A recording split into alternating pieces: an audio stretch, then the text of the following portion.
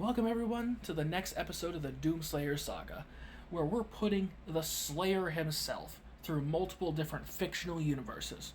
And with this one, we have the Doomslayer going into the world of Naruto.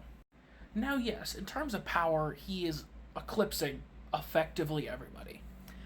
But I could still see some pretty interesting interactions happening here.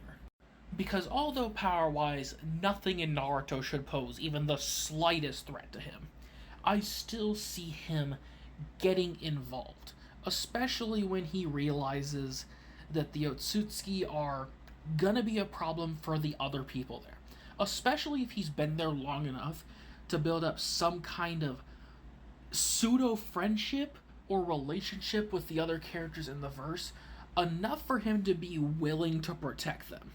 And in that instance, it would make it pretty interesting to see him fight against the different Otsutsuki members. Sure, power-wise, they don't stack up anywhere near the strength of the Doomslayer, but it would still be interesting to see how their abilities would intrigue him. Because there are certain abilities in the Naruto universe that I don't think he's ever encountered before.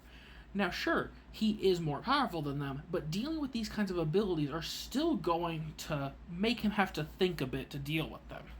And in terms of Naruto and his interactions with him, I could see him, although not showing it on the surface, because the Doomslayer showing emotions, besides ripping and tearing through creatures, isn't really a thing he shows much. But I could still see him feeling some sort of sympathy for Naruto, especially if when he meets him, it's Naruto in his early days, like not Hokage Naruto. If he met him starting in his Hokage days, I doubt they would even get along. But if they started their interactions back when Naruto was still a kid and still feared by everybody, I could see him eventually building some kind of bond with him. Also, if the Doomslayer stuck around, funny enough, I think he would be some kind of good help in helping Naruto tame Kurama, taming the rage that Naruto has for certain situations. And if they train enough and Doomslayer teaches Naruto enough, we might get a Naruto who could at least use his part of Kurama earlier on than in canon.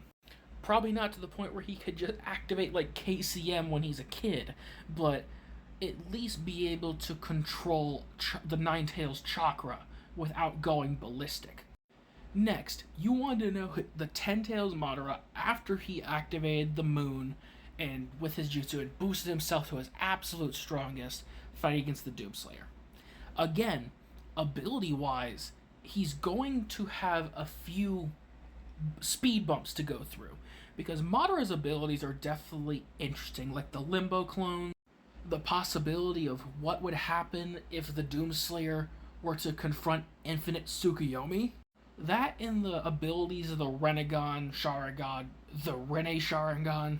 Ability-wise, Madara would definitely be able to keep the Doomslayer on his toes, but in terms of literally any physical stat, Madara's nothing compared to what Doomslayer has seen.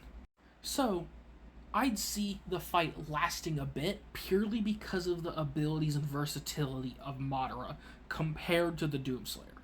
Because remember, Madara wouldn't just be dealing with Doomslayer, everyone else is still there, and possibly even stronger than their canon counterparts thanks to the Doomslayer being in their universe.